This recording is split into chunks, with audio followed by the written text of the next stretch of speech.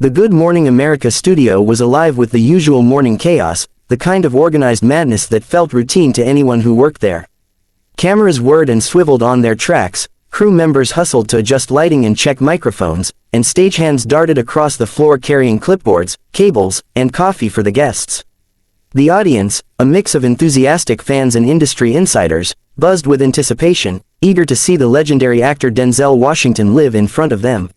His presence commanded a quiet kind of awe that wasn't forced, it came naturally, the result of decades of commanding performances and undeniable charisma. Even before he entered the studio, people instinctively straightened their posture, adjusted their seats, and leaned in, ready for the moment he would step onto the stage. Backstage, Denzel was the picture of calm. He moved through the corridor with a slow, deliberate grace, greeting crew members with brief nods, shaking hands, offering polite smiles. His energy was steady, composed, almost meditative. A few fans had been allowed backstage for a brief meet and greet, and he shook their hands warmly, made eye contact, and offered a few kind words, all while maintaining the unshakable calm that was his hallmark. Even the producers noticed it, the ease with which he commanded attention without demanding it, the quiet authority that filled the room without a word. He was here to talk about his new film, a gritty crime drama that had already generated buzz as one of the most powerful performances of his career. It was the kind of project that demanded nuance, and Denzel approached the interview with the same seriousness he brought to every role. Michael Strahan was already on set, vibrant as always, cracking jokes to the audience and the crew, trying to energize the room for the morning broadcast. He had a playful confidence that worked well most of the time, his humor acting as a bridge between guests and viewers. But today, there was a subtle edge to him, a teasing sharpness that suggested he was planning to push boundaries just a little. When he greeted Denzel, his fist bump was energetic, accompanied by a joking remark about how Hollywood stars never get up this early unless they're filming in their pajamas. The audience laughed politely. Denzel responded with a calm nod and a small smile, polite but slightly wary. There was a subtle tension there, one that only someone with decades of experience in public appearances would notice. He had learned long ago that charm and humor could easily slip into condescension, and he was already prepared to navigate it. The cameras rolled, and the segment began as planned. Denzel discussed his role in the film, the emotional depth of the story, and the rigorous preparation required to bring authenticity to his character. He spoke of collaboration with fellow actors, the insights he gained from real-life experiences, and the responsibility he felt to portray the story with integrity. His voice was measured, his tone warm, but every sentence carried weight, the kind of calm authority that immediately drew in viewers. Michael followed up with questions, light and easy at first, allowing Denzel to showcase his charm and professionalism. Everything seemed to be going smoothly, the segment was unfolding exactly as expected. Then came the shift, the moment when the equilibrium broke. Michael leaned forward, a glint of mischief in his eyes, and asked a question that instantly carried an edge, one that no one had anticipated.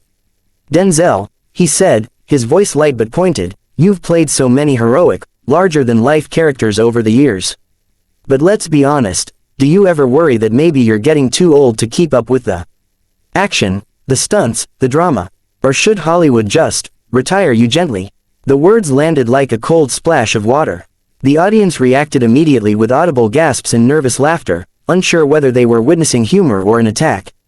Denzel's calm demeanor didn't falter at first, but the shift in his posture was subtle and unmistakable.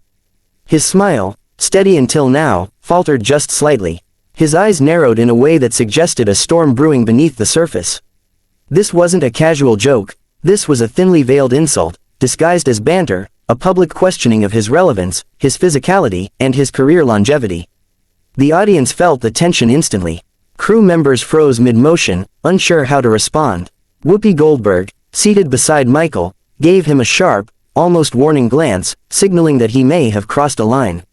Michael, for his part, seemed unaware of the full impact of his words, expecting laughter, perhaps a self-deprecating chuckle from Denzel. But he got none. Denzel inhaled slowly, a deliberate act that seemed to draw the air out of the studio. When he spoke, his voice was calm but razor-sharp, every word precise. "Michael, I don't think that's a question you should be asking," he said. The words were measured, polite in tone, but carried an unmistakable authority. "Respect isn't just a word we throw around lightly. It's earned and it's given. And that's the standard I hold every conversation to." The audience shifted, murmuring softly, sensing the tension escalate. Michael's confident grin faltered, replaced by the slightest flicker of uncertainty. He attempted to wave off the comment, leaning back in his chair with a forced smile. "Come on, Denzel, I'm just having a little fun." Denzel's gaze locked on him, unblinking. "Fun should never come at someone else's expense. I am here to discuss my work, the craft, and the story I've dedicated myself to telling. I did not come here to be belittled or undermined." The audience went silent. Crew members behind the cameras paused, stagehands stopped moving, even the band members mid-tune seemed to hold their breath. The tension was electric, the kind that turns a routine talk show segment into something unforgettable. Joy Behar, sensing an opportunity, attempted to interject, perhaps to mediate, perhaps to deflect. "Well, Denzel," she began, but Denzel raised a hand slightly, just enough to pause her mid-sentence. "This is not a conversation about perception or jokes," he said. "This is a conversation about respect. It's a conversation about understanding that words carry weight, that our platforms are powerful, and that we have a responsibility to use them responsibly." Michael's face shifted from surprise to embarrassment, the audience reacting audibly to the rising confrontation. Denzel's voice, calm yet unyielding, filled the studio. "I respect your energy, Michael, and I respect this platform. But there are boundaries, lines that should never be crossed. And today, you crossed one. I came here to honor the work, to celebrate storytelling, and to inspire viewers. I did not come here to be diminished or questioned in a way that undermines decades of dedication and craft." Even the most casual viewers in the audience could feel the shift. What had started as a lighthearted morning segment had transformed into a moment of tension so palpable it practically hummed in the air. Cameras lingered on Denzel, capturing every subtle change in his expression, every deliberate gesture. He didn't raise his voice. He didn't shout, but the power in his words, the calm authority of a man unwilling to be disrespected, silenced everyone in the room. The tension in the Good Morning America studio was now thick enough to feel. The usual morning chaos, the bustling crew, the hum of cameras, the low murmur of the audience, had quieted to near stillness. Everyone could feel the air shift around Denzel Washington, the kind of presence that fills a room without forcing it.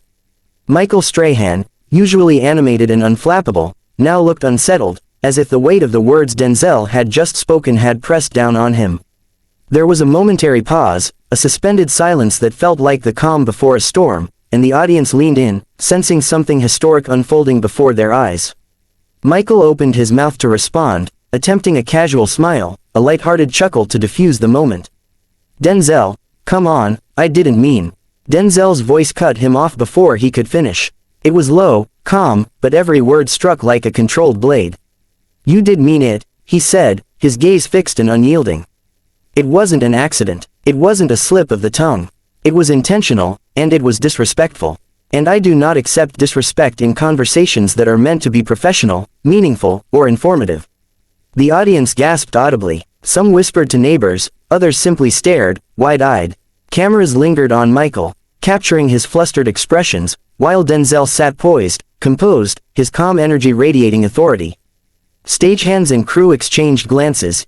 Even seasoned producers looked nervous, unsure how to regain control of a live segment now charged with such electricity. Michael leaned back, attempting to soften his stance, to lighten the mood with a nervous laugh. "Look, Denzel, I was just—" "No," Denzel interrupted again, raising a single hand, deliberate, precise, commanding. "This isn't about what you think you were doing. It's about the principle. Respect is not negotiable. It's the foundation of any conversation, of any relationship, of any professional interaction. If you cannot maintain it, then you are not asking questions, you are attacking." Joy Behar, sitting nearby, tried to interject, attempting to regain control of the segment. "Well, Denzel, it's a talk show, sometimes the lines are." Denzel held up his hand briefly, just enough to silence her mid-word. "Joy, it's not about the show. It's about the people in this room and the people watching at home. Platforms carry responsibility, questions carry power, and when power is used to belittle, even under the guise of humor, it is misused." The audience was silent now, captivated by the drama, caught up in the authority and poise of Denzel's words. Michael sat stiffly, hands clasped in front of him, face pale under the studio lights. The crew, producers, and even off-camera staff seemed frozen, absorbing the intensity of the moment. Denzel's calmness made the confrontation feel almost cinematic, like a scene carefully constructed yet unfolding in real time, unplanned and electrifying. He leaned forward slightly, voice dropping, deliberate and controlled. "I came here today to honor this platform, to celebrate